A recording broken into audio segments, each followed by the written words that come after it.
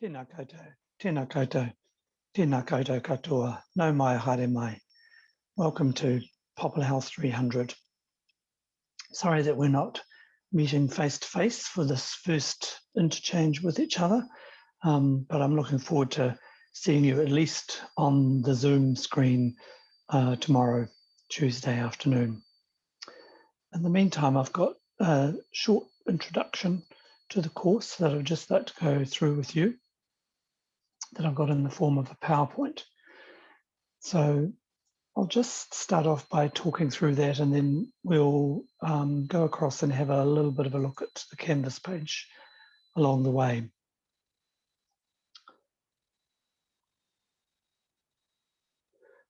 So I've put this slide here to signal to you that as well as running this course, I have another life, and that's completing my doctoral study. So I am about to hand in my 100,000 word thesis.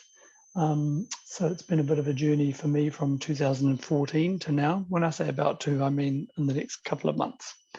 So before this course finishes, I should be able to hand that in. So partly amusing, but signaling to you this is what I looked like back in 2014 when I started studying, doing my PhD part-time. Along the way, I looked like in the middle, and this is what I look like now.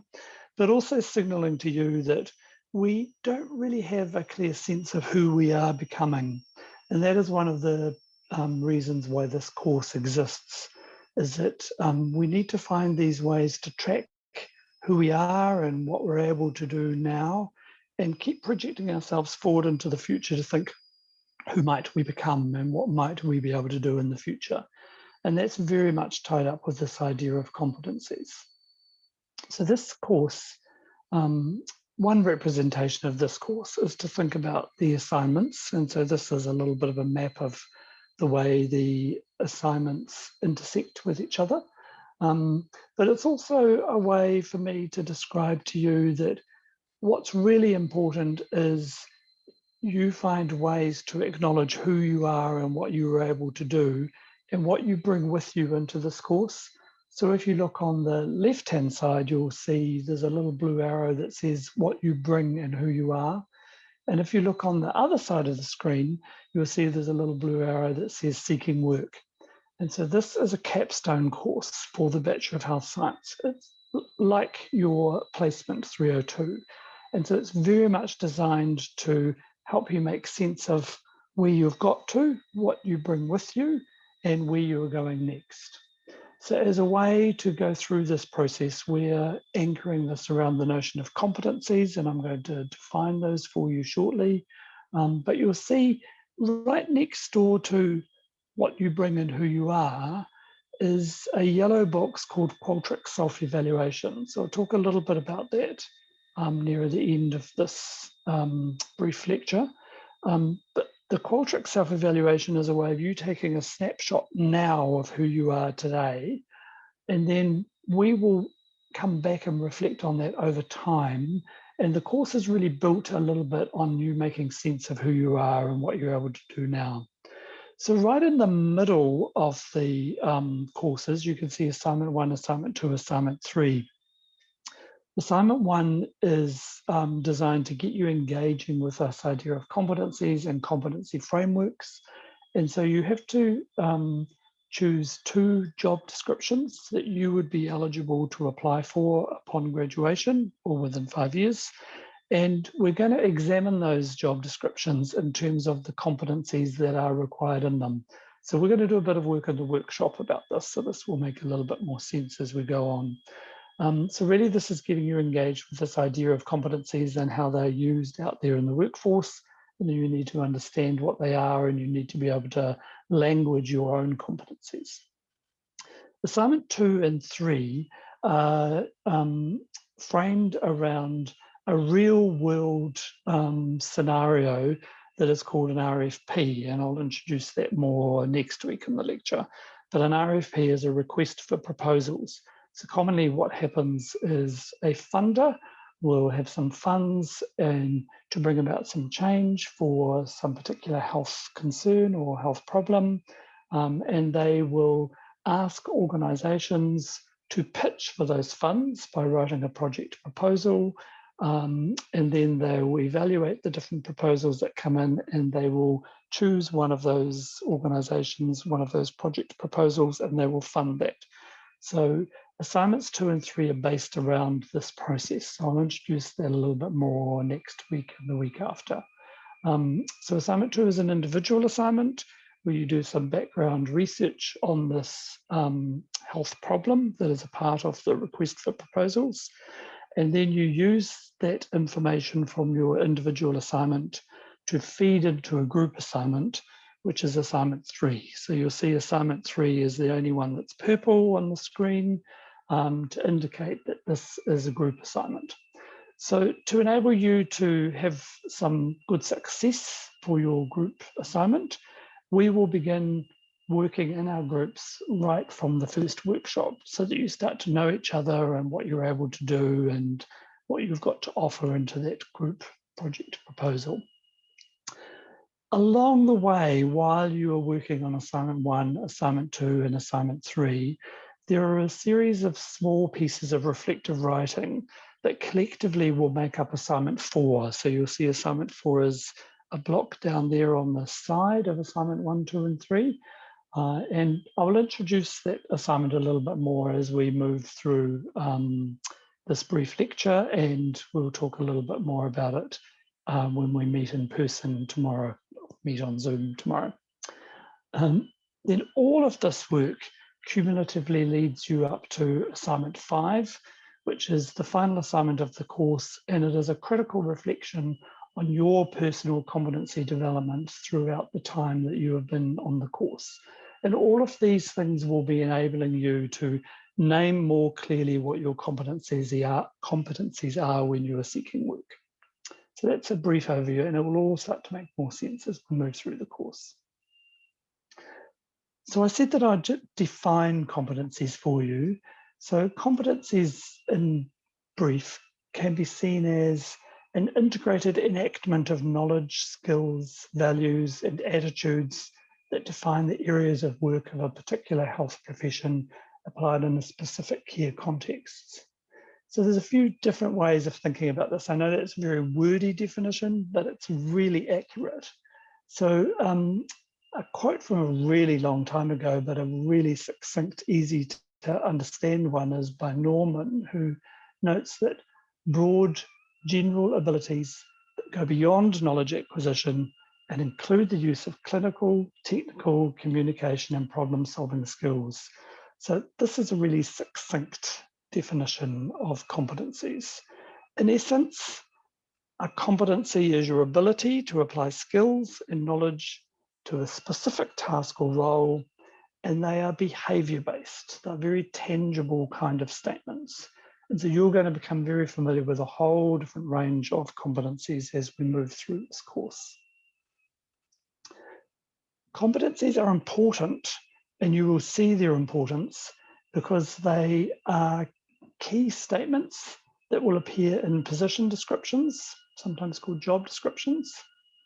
But they're also important because there are profession-specific colleges or associations, like, for example, I'm a social worker by profession, and our New Zealand Association of Social Workers has got a series of competency statements.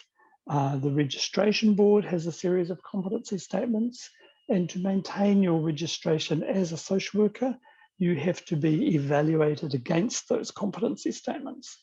And that's a really, really common process that happens with colleges and associations.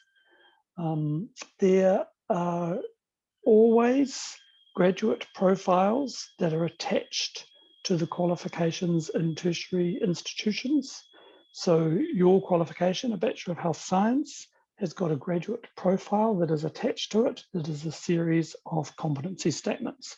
You might not have had much engagement with that graduate profile so far, but we will be engaging that significantly across this course.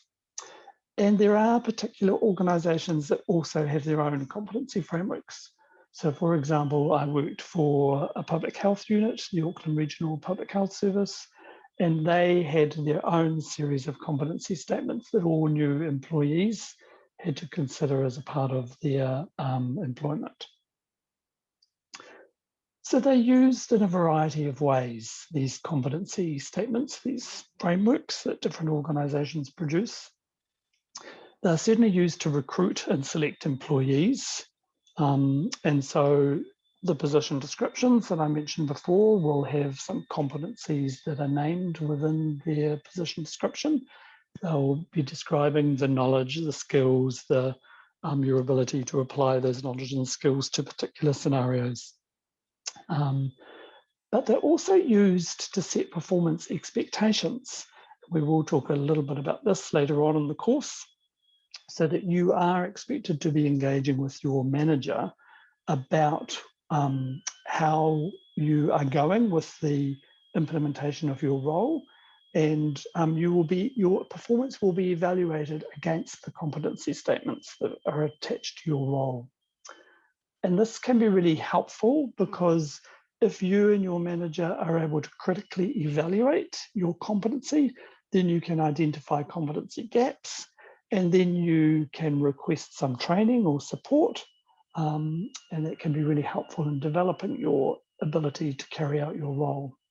And a part of that is that you can start to think more clearly about your future, where you're going, where you might be going next, what role you might be moving into, and you can start to think more about your career planning.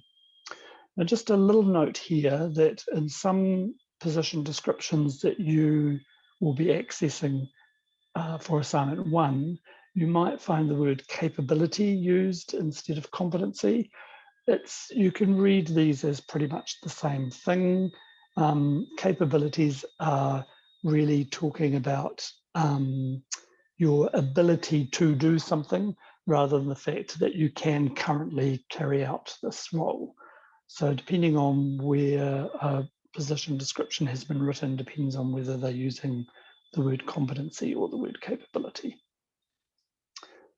There are some particular examples of competency frameworks I want to name in this brief lecture, just so that you're starting to pay attention to them. Firstly, there's the one I've named, the Bachelor of Health Science competencies that are in your graduate profile. And any of you who are doing any other qualification, there will be a graduate profile for that qualification as well.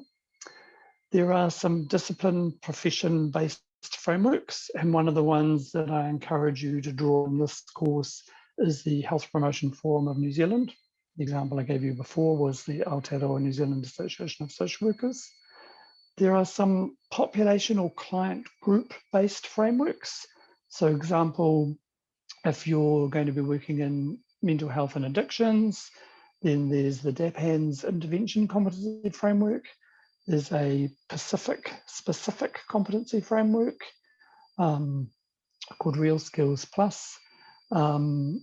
There are some large organisations that have competency frameworks, and one of the ones that I'm encouraging you to draw on in this course is the World Health Organization Competency Framework.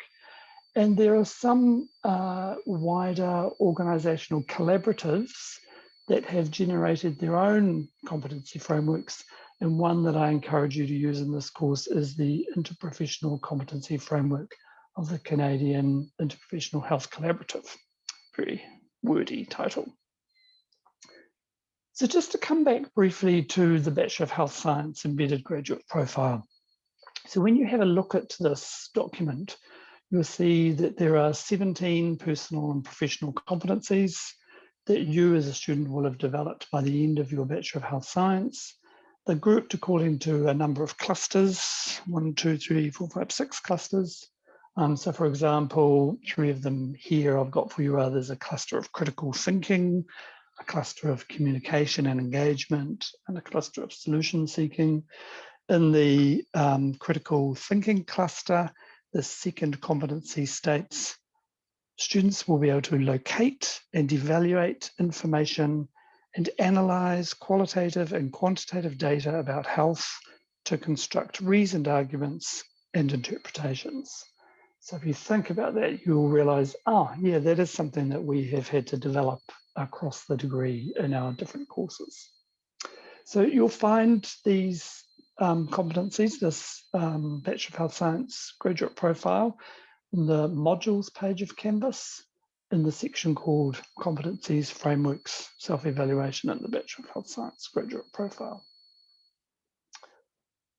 So I just wanted to signal that on that same page, that modules page in Canvas, there is a link to the Health Promotion Forum Competency Framework, a link to the DAPANS framework, a link to the Real Skills Plus framework. It's a refreshed version, so they call it refreshed, which is particularly useful if you're thinking about Pacific mental health and addictions jobs. There's the World Health Organization framework, and there's the Canadian Interprofessional Health Framework. So I really encourage you to, when you have a moment, to go and have a quick look at some of those, because you will need to draw on those as a part of your assignment work. Just to give you a little bit of a taste, the Canadian Interprofessional Health Collaborative Framework does something that is commonly done. It identifies these areas or clusters, and underneath each of these clusters, it has its competency statements. So you'll see there's an area called role clarification, team functioning, collaborative leadership, interprofessional conflict resolution. And we're just going to have a little bit of a look at the team functioning one on the next slide.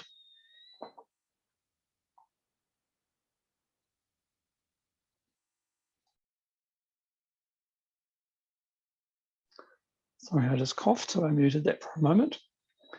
Under the team functioning section, which is one of their 6 competency domains or clusters, that's sometimes called, there's a couple of statements. There's this first statement that learners and practitioners will understand the principles of teamwork dynamics and group team processes to enable active interprofessional collaboration. And then the domain lays out 7 competencies underneath that broad statement. So here's a couple of those competencies. That practitioners are able to participate and be respectful of all members' participation in collaborative decision-making, and that practitioners are able to regularly reflect on their functioning within team learners, practitioners, with team learners, practitioners, patients, clients, families. So I wanted to draw your attention to these because these are the kinds of competency statements that inform this course.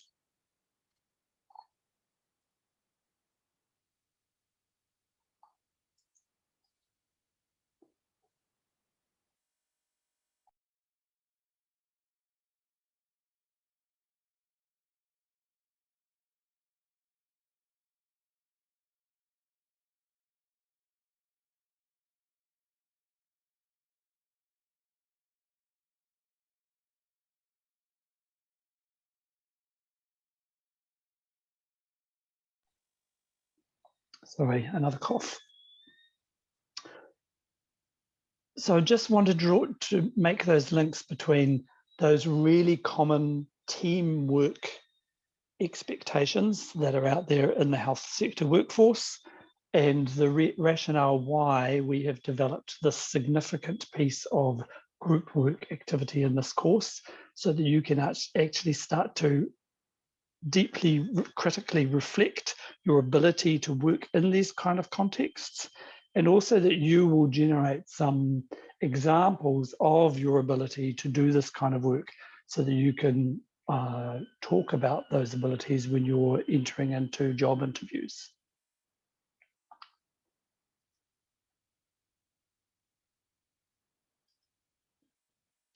So one of the aspects of this course is that you need to be able to critically analyze your own level of competencies in relation to the competencies that are expected of professionals working in the health sector. So you'll see this as a key learning outcome of the course and the course syllabus.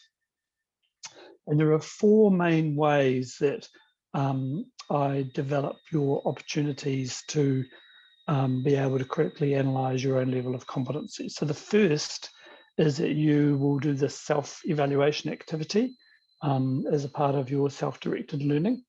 that I've talked about. And so you'll find some explanations of this self-evaluation activity and the Qualtrics tool on the Canvas page and modules. You'll have another opportunity in assignment 1 to reflect on competencies that are out there in real world position descriptions. There are some other opportunities to critically analyse your own level of competency in assignment 4 and some of your reflective writing across the course. And finally, at the end of the course, you have to critically reflect on the development of your competencies. So you can see it's really important you get a handle on what are competencies, how are they languaged within competency frameworks, and how do they apply to you in your own personal development. So a couple more comments on this self-evaluation. After watching this lecture, I want you to go in and complete that self-evaluation Qualtrics document. So there's some instructions that you'll find on Canvas about that. And I just wanted to make a comment here that this is an essential document. So you will actually return to the self-evaluation at a number of times during the course. So make sure you follow the instructions when it says save the self-evaluation at the end, because the system doesn't save it for you. So you will need to follow the instructions about saving that and putting that somewhere safe in your own filing system. You will get the most out of this exercise if you write some comments when you're invited to in the Qualtrics self-evaluation. At the end of each cluster of competencies, you'll be invited to write some free text comments. I really encourage you to do that. And you'll also get the most out of it if you're really frank in your self-evaluation. This is not a test. It is not for me. It is actually a chance for you to document your own self-evaluation at this point in time now. So be really frank with yourself about what you think your ability is. I can see the compiled results from all of you, but I cannot see who has rated themselves with what rating, and I cannot see who has made what comments. So it's set up as an anonymous survey within Qualtrics. So I will be able to compile all of or see the compiled results and be able to report back to you as a class. It looks like many of you rated yourself at this level, written this level, but I won't be able to see who has given themselves their own ratings. So do be really frank and honest with yourself when you're doing this. So my final few comments are just signaling to you how I'm planning to use the Canvas page. I'm going to cough again.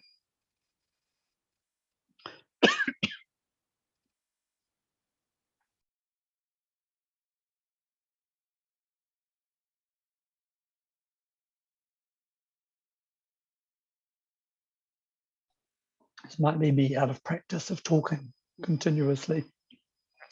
So just signaling to you that I try to use the announcements part of Canvas quite sparingly. So I will try to limit any information I put on the announcements, but I do get asked to pass on information every now and again.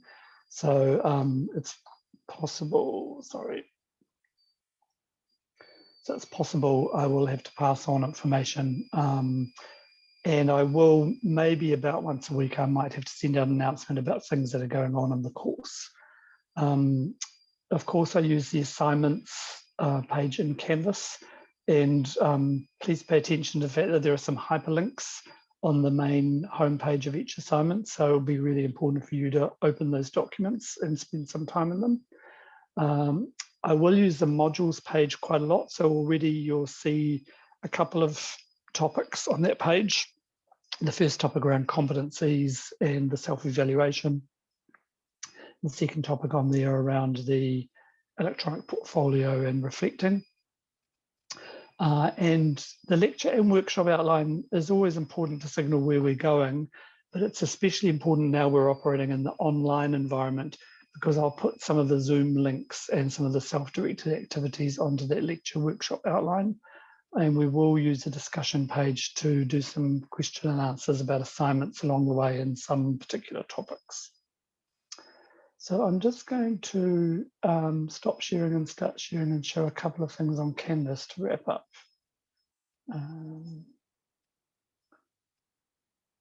Hopefully.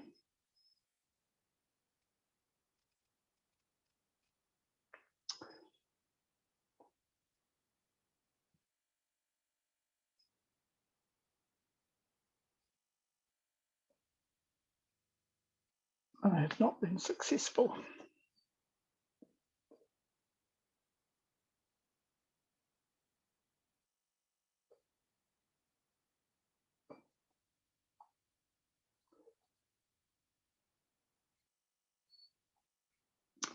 I'm 100% certain that you can see this because of the way it's displaying.